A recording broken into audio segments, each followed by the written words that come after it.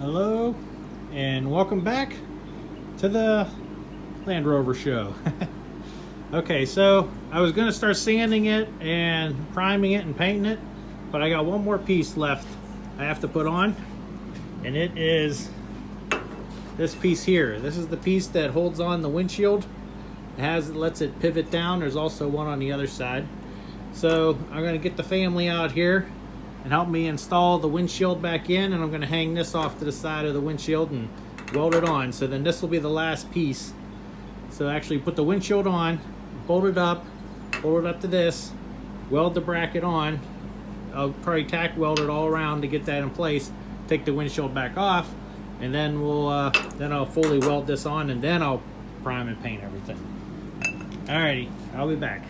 Okay, I'm back, and you got the windshield installed, compliments of the family. So I put the bolts in here to hold the brackets in line, and you could see how bad this part of the bulkhead is from the original. Now this distance from here over to that side is correct, but the curve in isn't 100%. So I end up having this big gap right here. And it's the same on the other side as well with the bolt in here. So what I'm going to do, well, I already tack welded it in there, and I lined up, see how the bolt is horizontal as much as possible. It's horizontal this way, and if you're looking at it this way, it's straight on. So I tried to get this hole as straight as possible, move this around, and aligned it up with the sides, with the where the seal goes right here and everything. So I tried to line it up as best as I can, but you can see that this way it's out a lot further this way than it should be, about right here, but I don't think anybody would even notice that unless I pointed it out. So what I'm going to do is I'm going to order a bunch of these washers or a spacer of some sort to put in between here, and it should keep it straight and tight in there.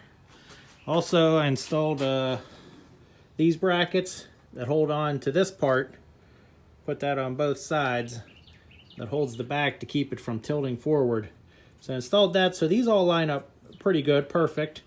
The windshield itself has play back and forth, so I'm going to center it up a little bit better when I get the final install. But I got it tack welded here. I got that bracket tack welded in, so I have the seal in here also for the windshield. There's a seal up at the top too, but I only have one bolt holding that one in because the roof is actually bent up a little bit. So anyways, so I'm going to take the windshield off now, back off, take the bolts out and everything. Going to order some spacers to put in here and one for the other side. I'm just going to do a bunch of washers of this size washer. I'll just put a bunch of them in there and tighten it up snug and tight. So windshield's coming out, unbolting it, then I'm going to fully weld it all the way around this bracket on both sides. So then it should be done, and then I can paint it. Alrighty, I'll be back. Okay, got the windshield's taken back off. The bracket is now welded on both sides, nice and sturdy, and over there.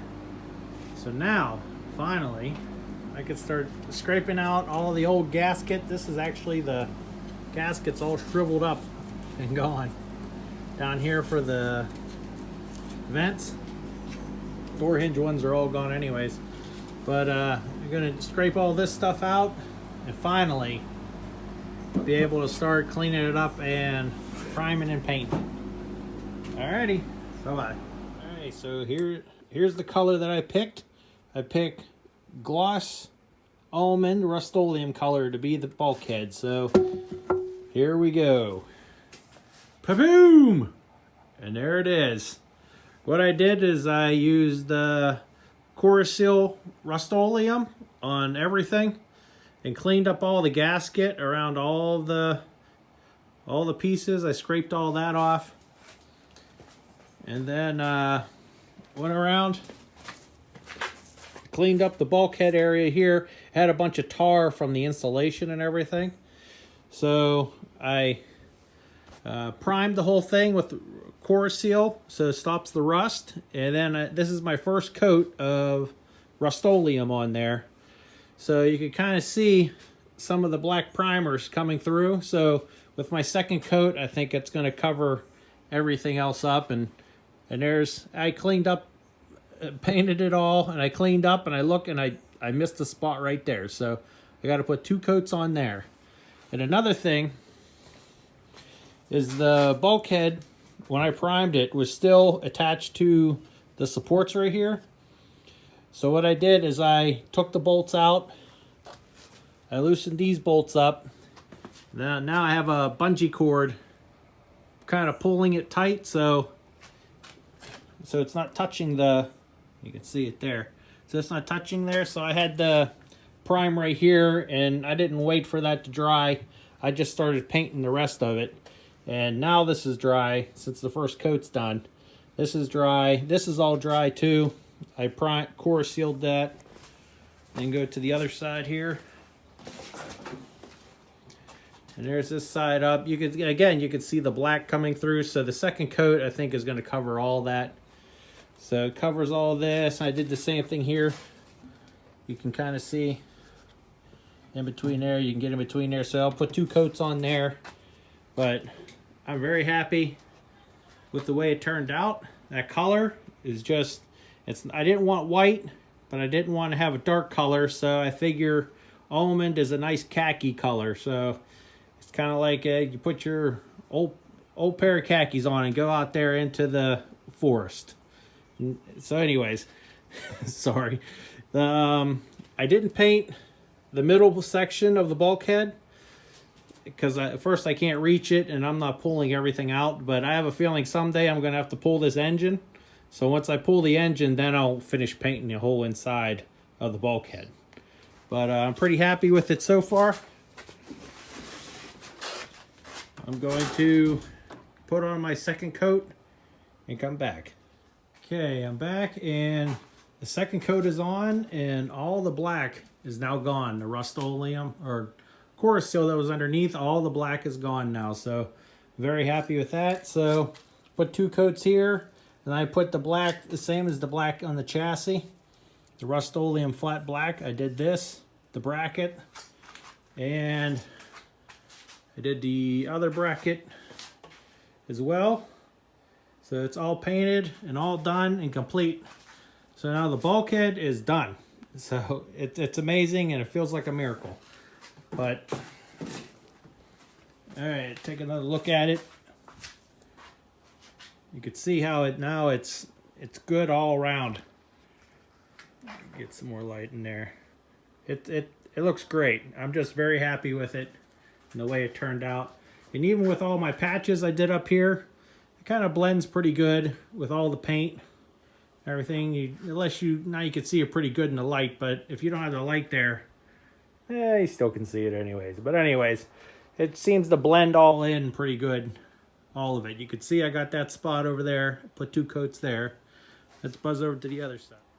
And I'm just so happy with the way the whole thing turned out. It's nice gloss color to it. It's got a little bit of shine to it. You can see a little bit of a shine in there. It's got a couple of run marks, but that's okay. It's a Land Rover. It's not supposed to be perfect. So I think it turned out pretty good all around.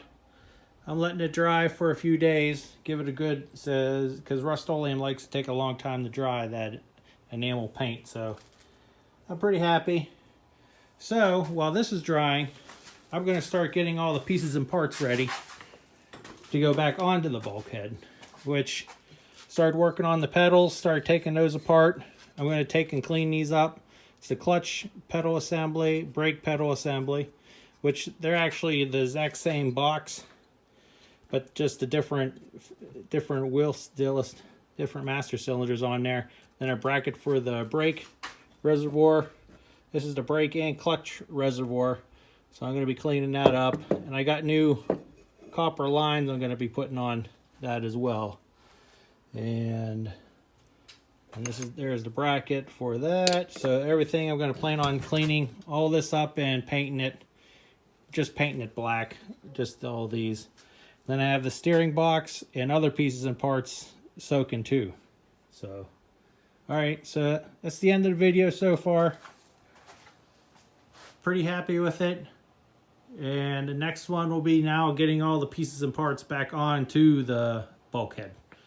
Alrighty, thank you for watching.